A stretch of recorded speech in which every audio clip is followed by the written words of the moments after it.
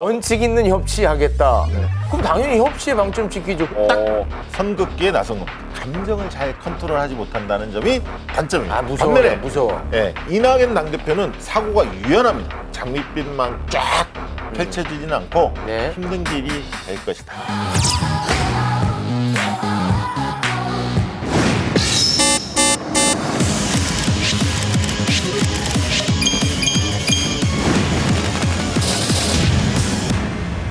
네, 매주 목요일 발가락이 닿기도 전에 정치판을 꿰뚫어 본다는 박씨 도사 오늘도 함께하겠습니다. 박시영 도사님 어서 오십시오. 어서 오세요. 네, 반갑습니다. 네, 반갑습니다. 자, 오늘도 역시 그 개업은 특집 준비를 해봤거든요. 네. 일단 뭐 할 얘기가 많으니까 바로 좀 손님을 모셔보겠습니다. 네, 이낙연 대세론이 흔들리지 않고 이낙연 당대표가 민주당의 새 얼굴이 됐습니다. 네. 취임 후에 가장 먼저 야당 대표들을 찾았어요. 이건 새삼스러운 건 아닙니다. 네. 관례적으로 그런 경우가 많았는데 특히 요즘에 이제 협치가 좀 중요하게 대두되면서 행보가 좀 주목을 받았던 건데 이 자리에서 이런 얘기를 했습니다. 이낙연 당대표가 야당과 원칙 있는 협치를 하겠다. 네. 그건 굉장히 중요합니다. 원칙의 방점이 있습니까? 협치의 방점이 아유, 있습니까? 당연히 협치죠. 땡!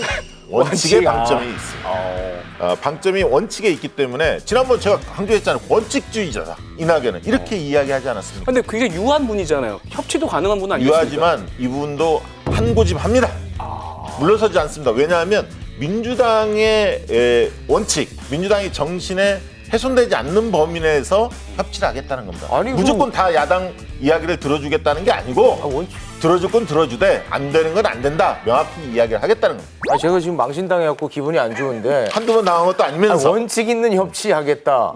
그럼 당연히 협치의 방점 지키죠. 그러면 원칙 없는 협치하겠다 이렇게 얘기합니까? 여기서 말하는 원칙을 원칙이 강조 뭡니까? 안 하려면 아까 민주당의 정신, 예를 들면 공수처법 개정, 네. 일하는 국회법 이런 문제들에 대해서는 양보 안 양보를 하고. 안 하겠다는 겁니다. 그다음 상임위원장 배분에 있어서도 법사위원장 달라 이렇게 야당이 요구하지 않습니까? 다시 국민의힘이. 또 시작됐어요. 그러나 법사위원장은 줄 수 없다. 이런 거죠. 그리고 이런 논란이 국회에서 지금 막 불거지면 산적한 현안들이 많은데 이런 것들이 다 뒤로 밀리거든요. 네. 근데 지금은 적절하지 않다라고 딱 선긋기에 나선 겁니다. 사실 이전에 이해찬 전 대표도 굉장한 원칙을 강조하면서 강한 리더십으로 당을 잡아오지 않았습니까? 훨씬 똑똑해요. 아이고 두 맞습니다. 분이 장난치게 하지 마요. 두 분이 굉장히 그 카리스마가 있고 원칙주의 네. 맞습니다. 두 분 다. 그런데 이해찬 전 대표는 좀 노련합니다. 현안에 좀 봤죠. 경험이 많고 그리고 맥을 잘 짚습니다. 전략을 잘 다룰 줄 알죠. 그리고 좀 진보적입니다. 단점은 감정을 잘 컨트롤하지 못한다는 점이 단점입니다. 무서워요. 반면에 무서워. 이낙연 당대표는 태도가 점잖고 사고가 유연합니다. 그리고 말에 힘이 있습니다.